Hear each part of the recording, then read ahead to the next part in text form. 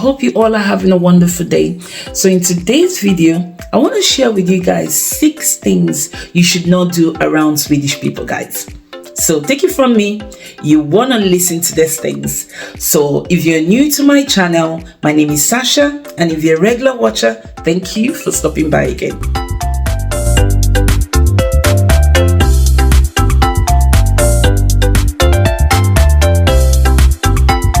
So number 1 thing you should not do around Swedish people is interrupt them, guys. Coming from me, that my nickname is Radio Without Battery. You guys may notice in my videos is that I talk very fast. So my anxiety makes me, I tend to talk very quick. So it's not something that I can actually control, but I'm actually learning to talk slowly, because Swedish people find it very rude when you interrupt them when they're speaking. So you have to basically wait your turn.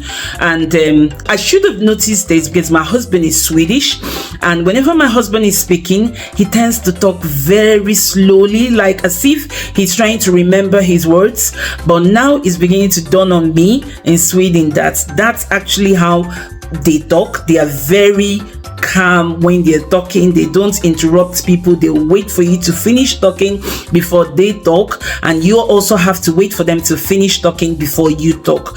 Do not jump the queue in Sweden. I have made a video before about fun facts about life in Sweden. So if you haven't seen that video, you can go check it out on my YouTube, Facebook or Instagram page or channel. Okay, so where I come from, if you wanted to speak to a customer service person, or you wanted a customer service person to attend to you, if there's no one by the queue, you can just go straight to the counter and talk to the customer service person.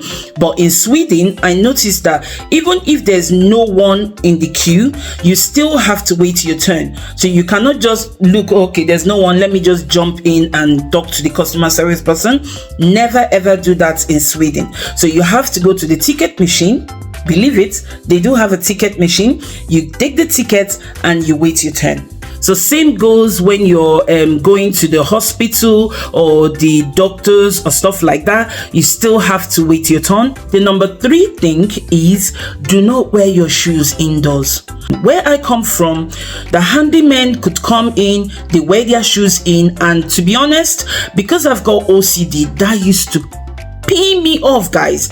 Like when people just walk in with their shoes and they don't even say to you, can they take off their shoes? So I tend to just get like shoe covers and tell them, please, can you wear the shoe covers? Still, when you're even saying wear the shoe covers, the look on most of their faces is like, what is wrong with this person? But in Sweden, you don't even need to prompt them. You don't need to tell the handyman or whoever to take off their shoes. They automatically take off their shoes when they come into your house.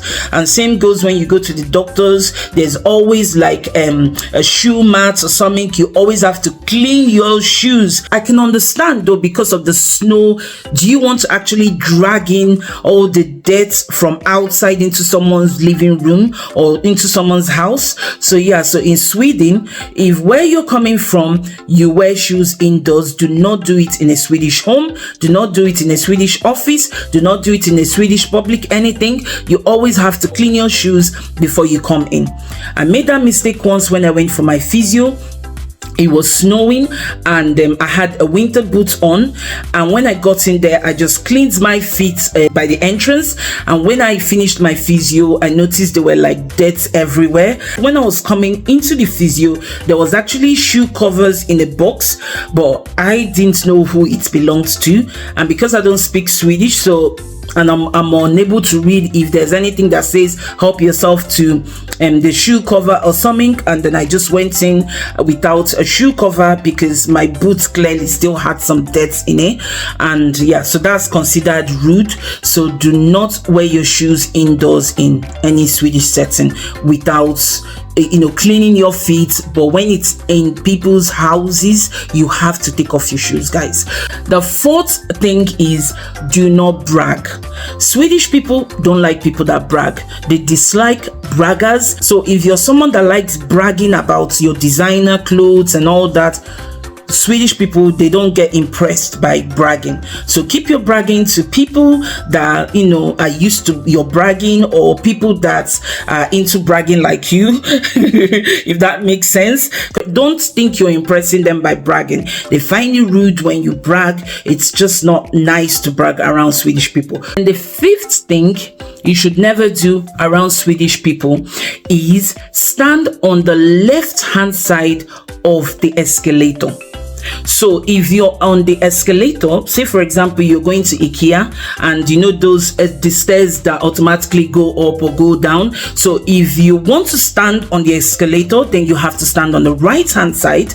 If you want to walk on the escalator, then you have to go on the left hand side. Left hand side, I think, is for people that maybe they're in a hurry, they just want to go up quickly, they don't want to wait for the machine to take them up. When I came to Sweden, my husband used to tell me, shift, move to the right hand side, and I didn't get what he meant by move. I'm like, but the whole escalator is taking you up, right? So everyone needs to, he's like, no, the other side is for people that want to, you know, just walk up on the escalator and not stand. So when you come to Sweden, avoid standing on the left hand side of the escalator, because that's kind of like rude.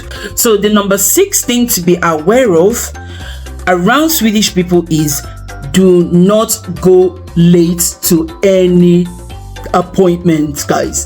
Don't go late to any appointments. Coming from me, I am champion of late goers, guys. I think I'm possessed by the spirit of lateness, guys. I can't put my finger on what it is, but I swear I'm possessed by the spirit of late coming.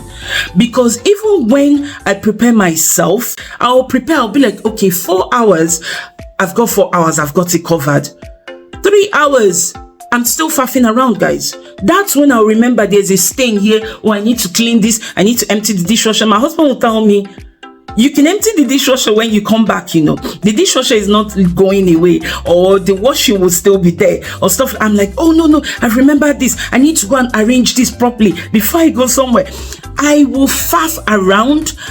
I am the queen of faffing. I am learning though, because in Sweden, it's considered rude to be late, guys. So yeah, so if you're one of those people that always go late to places, or you're never on time, if you're moving to Sweden or if you're coming to Sweden, you just have to be very punctual to anywhere you're going to be. It's the doctors, because their time is precious. Why would you come late?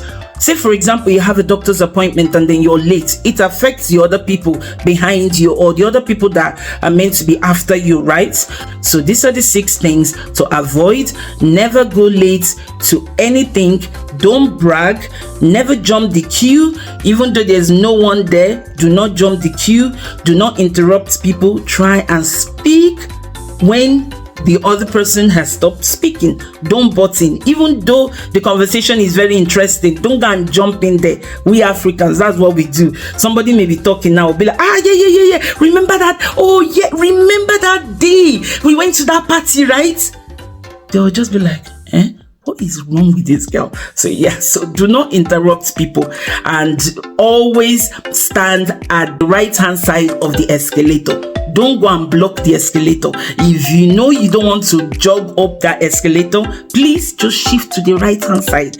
So that's it for today's video. If you're finding value to our videos, don't forget to give us a thumbs up, share and subscribe if you're not already a subscriber. It really does make a huge difference to the channel, and we will see you guys on the next video. Don't forget to keep smiling and stay positive.